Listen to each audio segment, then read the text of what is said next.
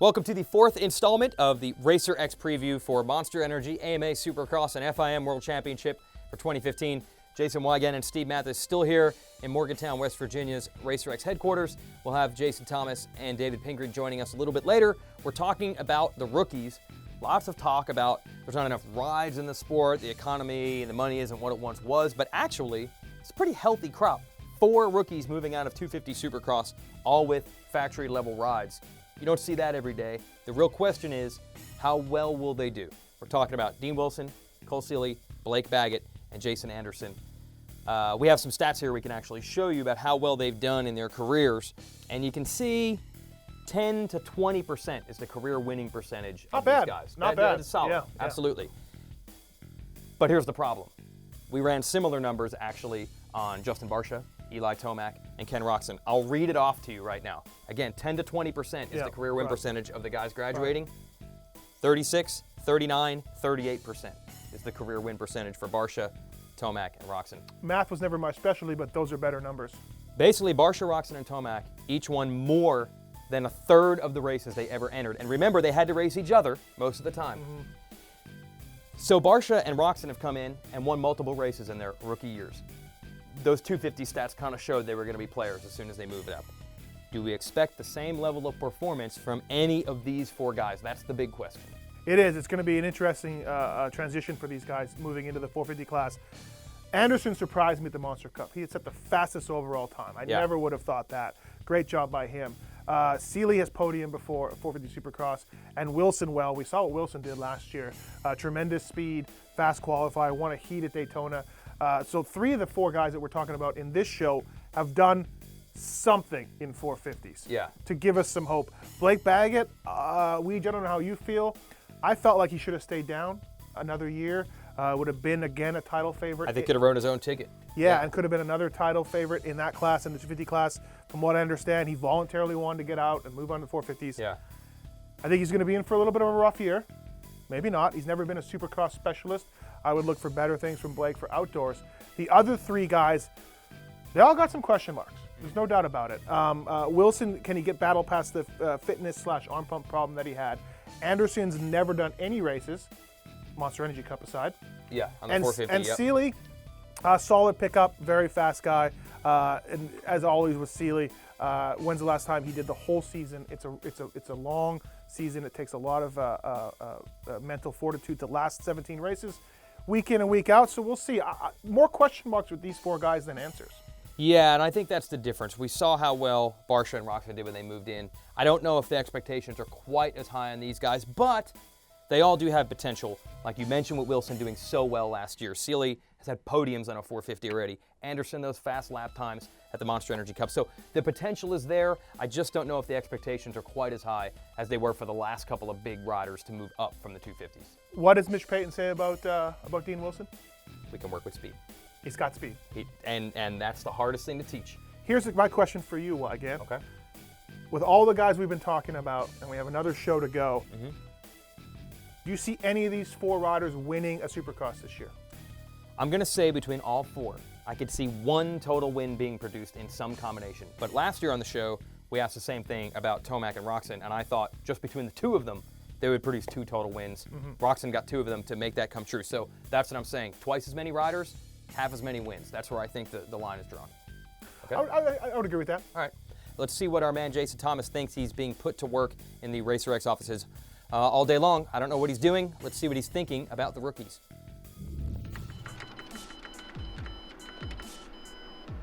Such a rookie with this thing. Much like me with this stupid copy machine, there's a few rookies coming into the series this year. The big thing I would tell these guys, manage expectations. This is their year to learn.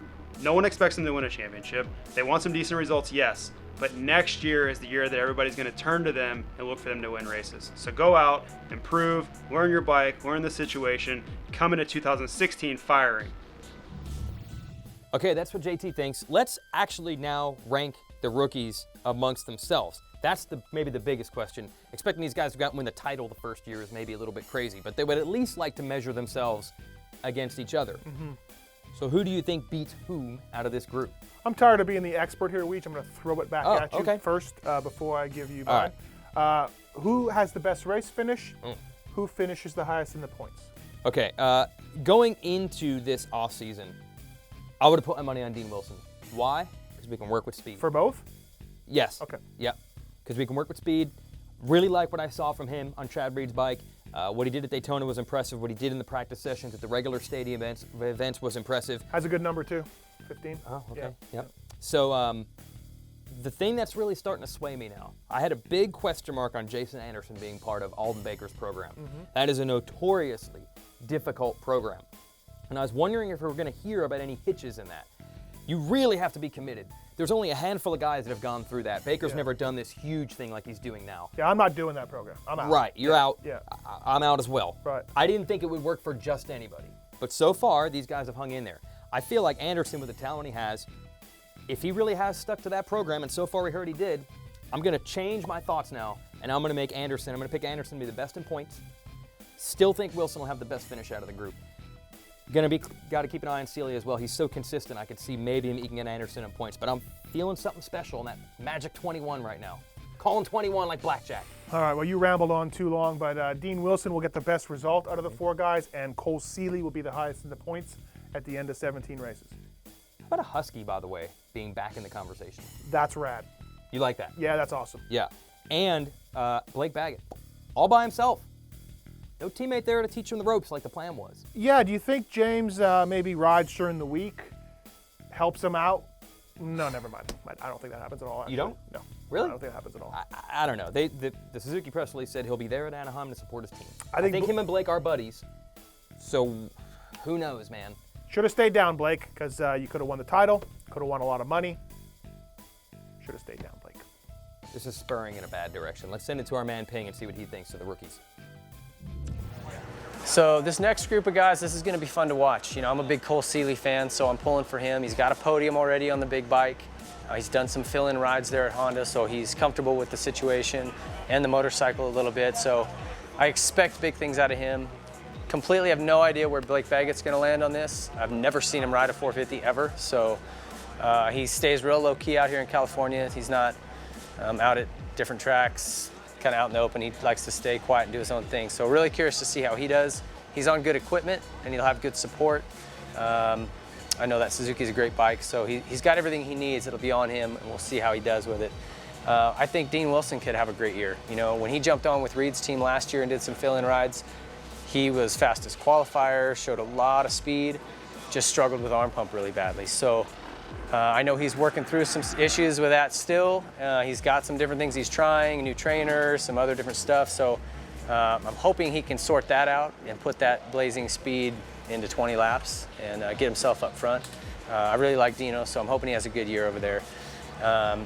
And then Jason Anderson, really curious to see how he does on the big bike. Won his championship last year. He's been an amazing, had an amazing learning curve over the last 2 or 3 years. And I hope he continues that. I would expect him to be inside the top 10 on a regular basis and fighting for podiums this season. You know, that's kind of where I would put him. And I think that'd be great for Husky and for him as he continues to kind of work his way forward in that class.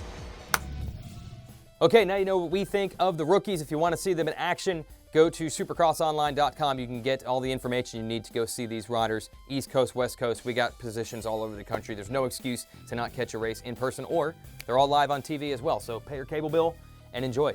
And that's it for this show. We'll be back to preview the other guys, the guys that are looking on the outside in for 2015.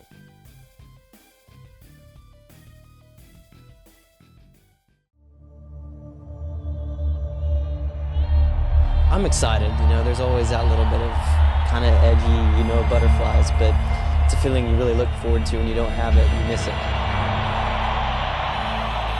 For me, it's always the anthem.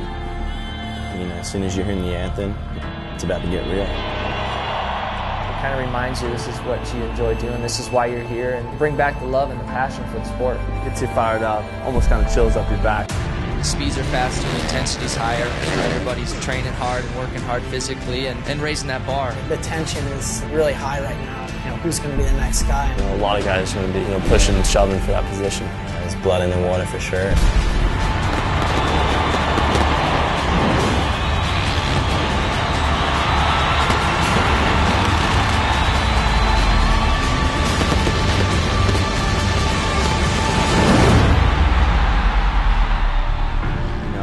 this is not my first go-around.